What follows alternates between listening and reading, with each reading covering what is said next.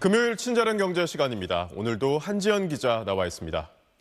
안녕하세요. 안녕하세요. 한 기자, 서울의 아파트값 상승세가 계속 이어지면서 이 오름폭까지 더 커지고 있다고요? 네, 이 서울 아파트값이 지난주 대비 0.16% 오르면서 17주째 상승을 이어가고 있습니다. 네. 5월 들어서는 매주 상승폭이 커지고 있습니다. 첫째 주에 0.08% 올랐던 게 둘째 주 0.1%, 셋째 주 0.13%, 넷째 주 0.16%까지 그 폭을 확대하는 추세입니다. 서울 대부분의 자치구에서 오름세를 보이긴 했지만 특히 강남권을 비롯한 주거 선호 지역이 많이 뛰면서 0.3%대 오름세를 보였습니다.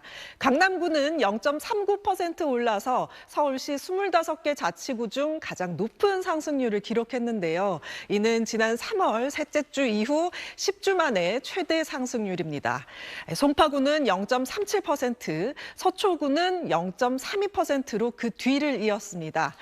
양천구도 0.31% 오르며 강남구 3구에 이어 네 번째로 높은 상승률을 기록했습니다. 모두 재건축 추진단지를 중심으로 매도 희망 가격이 상승하고 상승 거래가 포착되고 있는 곳으로 서울 전체 상승을 이끌었다, 이렇게 보시면 되겠습니다. 풍선 효과도 여전합니다. 이 토지거래 허가제도에서 벗어난 강동구와 마포구는 0.2%대로 상승률이 높은 편이었습니다. 네, 방금 짚어주신 것도 보면 강남의 송파, 서초 이런 곳이란 말입니다. 결국 이 양극화도 더 심해지는 건가요? 네, 이 서울과 지방 또 서울 내에서도 이 지역구별로 아파트값 분위기가 양극화되는 모습입니다. 먼저 서울 내를 보면요, 이 대부분 자치구에서 상승세를 보이고 있지만 보합을 나타내는 지역도 있었는데요. 중저가 아파트가 몰려있는 강북에서는 보합을 기록하며 2주 연속 보합세를 보였고요. 성북구도 제자리 걸음을 보이면서 서울 내에서도 지역에 따른 온도차를 보이고 있습니다. 누적 상승률로 따지면 올 들어 강남과 송파는 0.5%대 상승률을 기록했는데요. 반면 노원과 도봉은 0.19%, 0.16% 떨어진 것으로 나타났습니다. 아파트값이 계속 오르는 서울과 달리 이 경기는 0.03% 내리며 전주보다 낙폭이 확대됐고 인천도 0.04% 내려 하락 전환했고요. 지방도 0.06% 내리며 하락세가 지속됐습니다. 전국으로 보면 0.02% 하락했습니다. 대선에 따른 정치적 이슈가 있는 세종은 상승세는 계속됐지만 이번 주 상승폭은 전주보다 3분의 1로 줄었습니다.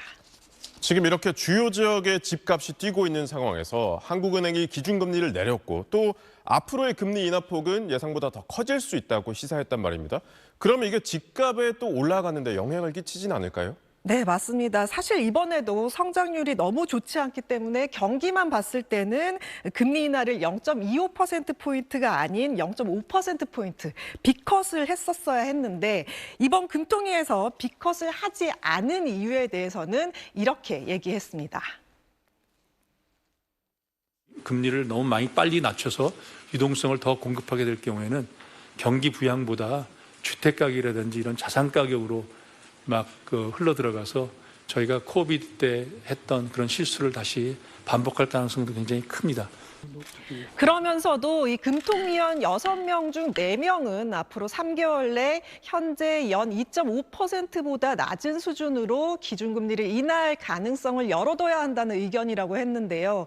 기준금리 인하 폭이 조금 더 커질 가능성이 있다고 하면서도 통화 완화에 따른 이 가계부채 급증과 집값 상승에 대한 우려는 표했습니다. 서울 지역의 부동산 가격과 그 가계부채에 미치는 영향 등을 한 번 더 보면서 불확실을 보면서 결정을 해야 금리 정책이 특정 지역의 부동산 가격을 자극하는 쪽으로 작용할 정도까지 유동성을 공급하는 것에 대한 문제 이런 것들은 서로 공감을 나누기를 바라고 있습니다. 종합해보면 이 과거 실수도 있으니 앞으로 특정 지역 부동산 가격을 자극하지 않는 쪽으로 계속 모니터링하면서 기준금리를 낮추겠다는 뜻으로 읽힙니다. 그렇군요. 잘 들었습니다.